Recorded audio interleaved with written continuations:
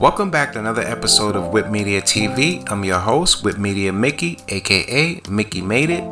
If you're new to the channel, you know what to do to the channel. Subscribe right now. Join the Vibe Tribe. Let's get it. Now on today's episode, I cover the art of living. The perception for a good life centers on three main themes: mastering your desires, performing your duties, learning to think clearly about yourself and that relation with the larger community of humanity. Am I doing my part to contribute to the spiritual progress of all with whom I'm come in contact? Stoicism vets on choices of thought, word, and deed to help us live clear-sighted. Most people tend to delude themselves into think that freedom comes from doing what feels good or what fosters comfort and ease. The truth is that people who subordinate reason to their feelings of the moment are actually slaves of their desires and aversions. Desire and aversion, though powerful, are but habits, and we can train ourselves to have better habits. It's not things that disturb us, but our interpretation of their significance. Stop scaring yourself with impulsive notions with your reactive impressions of the way things are. Those who are dedicated to a life of wisdom understand that the impulsive to blame something or someone is foolishness. Coping calmly with inconvenience is the price I pay for inner serenity. For freedom, you don't get something for nothing. Other people's views on troubles can be contagious. Don't sabotage yourself by unwittingly adopting negative attitudes through your associations. All events contain an advantage for you to look for it. When anyone seems to be provoking you, remember that it is only your judgment of the incident that provoke you. Don't let your emotions get ignited by mere appearances. Do not try to seem wise to others. If you want to live a wise life, live it on your own terms and in your own eyes. You become what you give your attention to.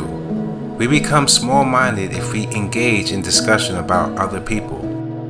Most of what passes for legitimate entertainment is inferior or foolish and only caters to or exploits people's weaknesses. Only the morally weak feel compelled to defend or explain themselves to others. Through vigilance, we can forestall the tendency to excess, observe proper proportion and moderation. The first task of the person who wishes to live wisely is to free himself from the confines of self-absorption. There's a big difference between saying valuable things and doing them. Look to the example of people whose actions are consistent with their professed principles. Concentrate on the small but significant inner moral choices we make in the course of any day. Notice what's actually happening, not just what you think is happening or wish were happening. Look and listen. Many socially taught beliefs are so deeply ingrained that they are hidden from our own view. The commonplace sluggishness of the lives lived by undisciplined is dangerously contagious.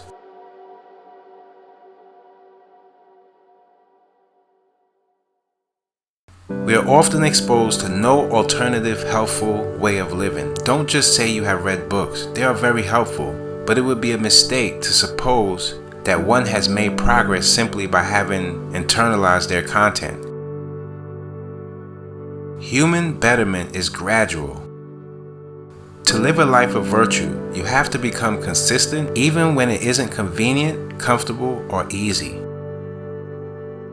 The virtue that leads to enduring happiness, goodness in and of itself is the practice and the reward.